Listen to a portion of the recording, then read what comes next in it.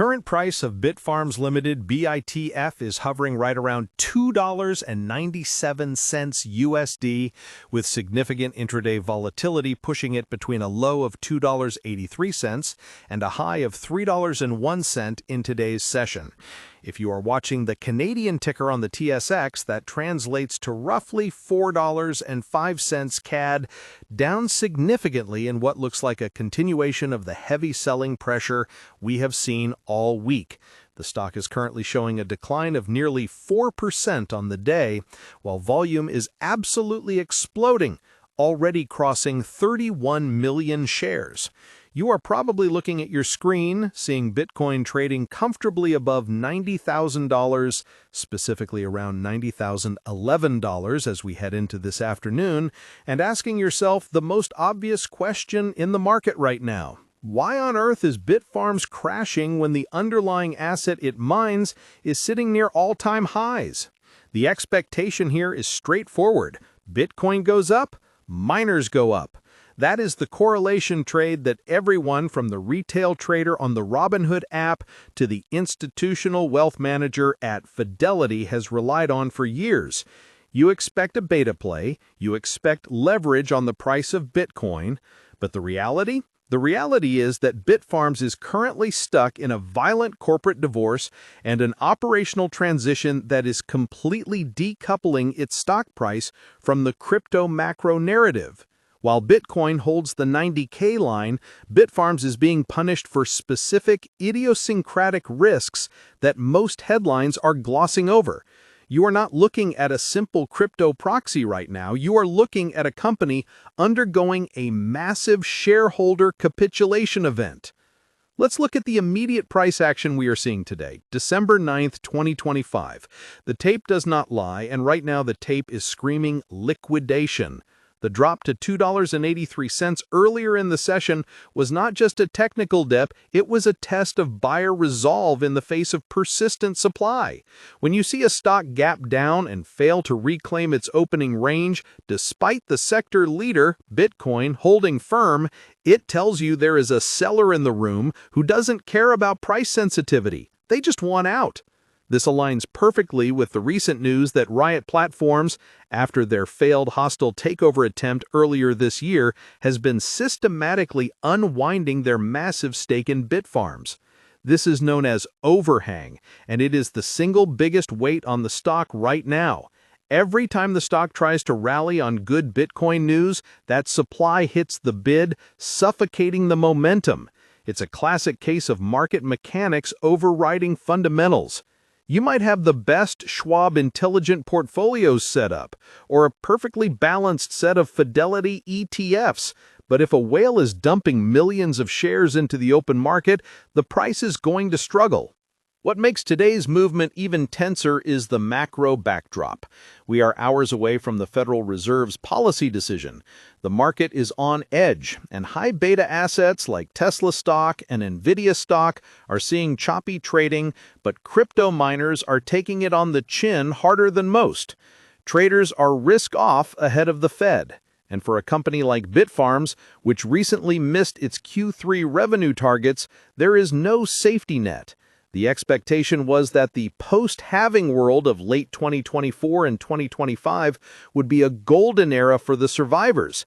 The reality for Bitfarms has been a struggle to optimize efficiency while fighting off a hostile board takeover, distraction which has clearly impacted their operational execution. If you zoom in on the intraday chart, specifically the 15-minute candles, you can see the algorithmic trading bots, likely from high-frequency desks or platforms like Interactive Brokers, front-running the volume-weighted average price. Every time BITF touches $2.95, a wall of sell orders appears. This isn't retail selling. This isn't weak hands panic selling because they need cash. This is structured distribution. It creates a psychological trap for retail investors who use SoFi Invest or Robinhood investments. They see the low price, they see Bitcoin at $90,000, and they buy the dip, thinking it's a steal.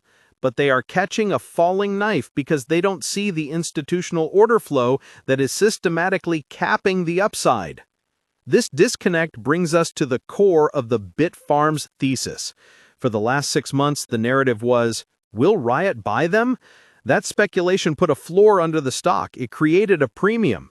Now that the takeover is dead and buried and Riot is selling, that premium is evaporating, leaving investors to look at the naked fundamentals. And the fundamentals recently posted in the Q3 report were a splash of cold water. A revenue miss in a bull market is a cardinal sin for a miner. It suggests that while the price of Bitcoin is high, Bitfarms is not capturing as much of that value as it should be. Are their energy costs in Argentina rising? Is the hash rate efficiency of their new T21 miners lagging behind expectations? These are the questions smart money is asking. When you compare this to Apple stock, where a revenue miss might be forgiven due to a massive services ecosystem, a miner has no such buffer. They print Bitcoin. If they print less than expected or cost more to print it, the math breaks down instantly. However, we need to challenge this bearish view. Is the selling overdone? This is where the contrarian take comes in. The market is currently pricing Bitfarms as if this Riot overhang will last forever. It won't. Once that selling pressure is exhausted, and looking at the volume today, we are churning through a lot of it, the stock could be primed for a massive mean reversion. The company is still one of the largest holders of infrastructure power capacity in the industry. In a world where AI data centers are scrambling for power, leading to massive rallies in utilities and tech infrastructure, Bitfarms sits on hundreds of megawatts of secured power capacity. There is a reality where Bitfarms pivots or monetizes this power for high-performance computing, similar to how other miners have courted the AI narrative. If that happens, the stock at under $3 could be looked back on as a massive mispricing. But right now, the market refuses to give them credit for anything other than mining Bitcoin and doing it less efficiently than the sector leaders. Let's pause on the technicals of the mining itself, because this is often where the smart friend analysis separates from the noise. Bitfarms isn't just plugging in computers, they are managing a complex energy derivative portfolio. They operate in Quebec, Paraguay, and Argentina. This geographic diversification was supposed to be their shield, protecting them from regulatory crackdowns in any single jurisdiction. But it has also introduced complexity. The devaluation of currency in Argentina, the political shifts in energy policy in Quebec. These are headwinds that a domestic U.S. miner doesn't face to the same degree. When you log into your Fidelity trading platform or check your Interactive Brokers account, you see the ticker price, but you don't see the political risk premium attached to those Paraguayan operations. That risk is being repriced today. I want you to stop for a second and think about your own exposure to this sector. It's easy to get lost in the noise of daily tickers. Comment below how many shares of Bitfarms you currently hold, and more importantly, tell me, did you buy in hoping for the Riot buyout, or are you in this for the long-term Bitcoin cycle? I want to see where the sentiment actually is, because the comment section often spots the bottom before the analysts do. Now, let's talk about the specific mechanics of how you might be trading this. If you are using Schwab Intelligent Portfolios or a similar robo-advisor, you likely have zero exposure to this name. These automated systems typically avoid small-cap crypto miners due to volatility. This means Bitfarms is almost entirely a playground for active managers and self-directed retail investors. That explains the volatility. There is no passive bid here. There are no passive index funds blindly buying BITF every time you deposit your paycheck into your 401k. This stock has to fight for every single buyer. Contrast this with Microsoft or Google, where passive flows buoy the price. Bitfarms is swimming upstream.